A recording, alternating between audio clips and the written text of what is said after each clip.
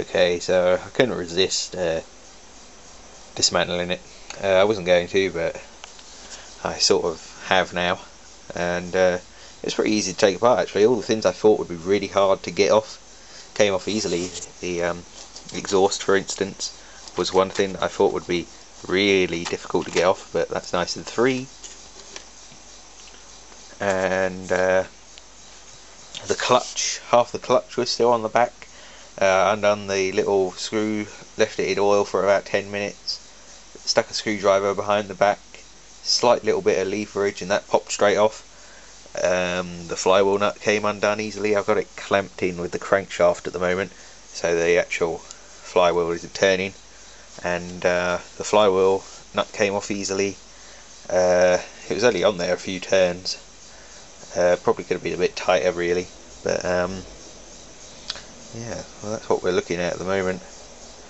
I'm not sure if the actual Suffolk pull starter that's on it is original. I don't really think it is, but what I might put on it, because the chances of getting a recoil are pretty much nil, so just gonna have to clamber over there and get it.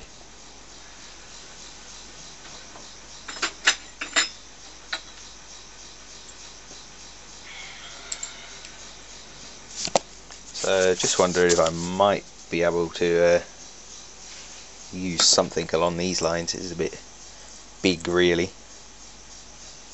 Yeah, that might look a little bit daft actually. I don't know, we'll see about using that. That's something that I've got as a spare at the moment, so we could use something along those lines. But it looks like the original pull starter, or at least something, went on like that. The cowling, well I say the cowling, it has no way of passing air over the fins. This goes at the very back of the engine, and the crankshaft just comes out of here, so this doesn't direct air over. So yeah, I'm not sure how it gets air, but similar sort of thing to the old Atcos. They don't have any fan or anything, or at least not the smaller ones, so they just get. But paint is nice and easy to strip off this, which is good. So we could might strip all the paint off of that. The screws here to get this little plate off are stuck, so we won't be able to get those out. So to prevent damaging the tag, we're just going to clean it up and mask it off for spraying, but that should be pretty easy. And got a tray of bits down here. Not much has really been taken off of it really when you look in that box. That's the cover for the flywheel, the petrol tank strap, the petrol tank, the lid that I was talking about, the cap that still needs to be actually removed properly, the carburetor, pull starter, flywheel, no not the flywheel key, that's the clutch, the key for the clutch, the old clutch, which is in pretty good condition, but all the shoes are stuck and everything. I don't need it anyway, so these are things that I take off of the old Suffolks as soon as I get them. Normally they're really hard to get off, but on this one at least it was relatively easy.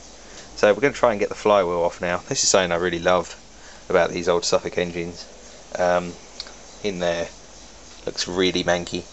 You would never imagine that that had a good coil in it, but it does. And the build quality of these older Suffolks, not the new ones, but the older ones, is superior to most other engines that I've worked on. I mean, the Peta A1, working on a Suffolk is a lot better than working on a Peta A1, if I'm honest. They're not very nice engines, if you ask me.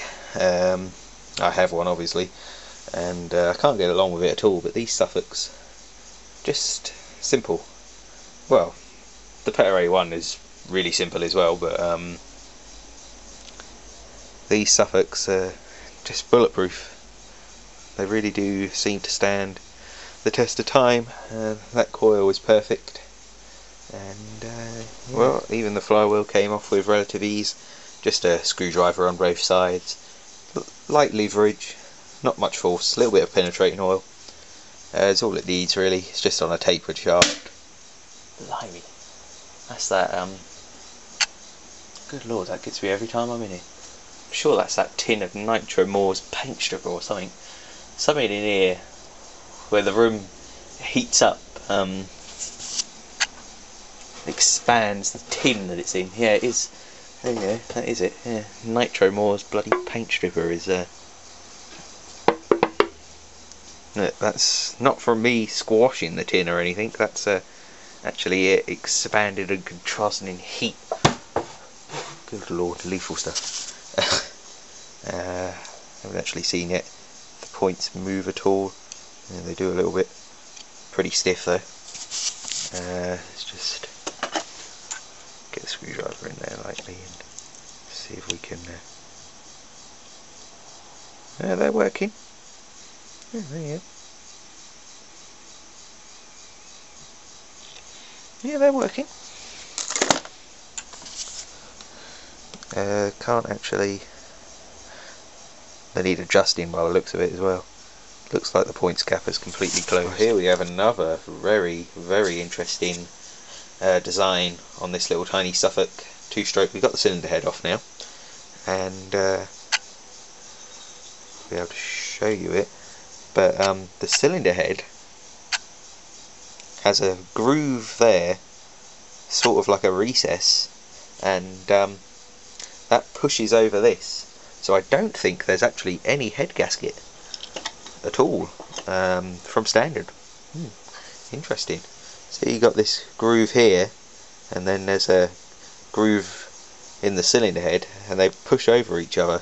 The cylinder head, whilst the bolts were out, had to be prized off as well, so it obviously makes quite a good seal, I should imagine. We've got a little bit of crap in there, so she has definitely been run, but I'm still convinced she hasn't been run very much. Time will tell. There's another little bit of interesting design there.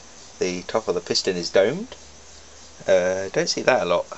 Well, I haven't really taken apart that many two-strokes, but normally you see them sort of sloped or just flat with two little areas where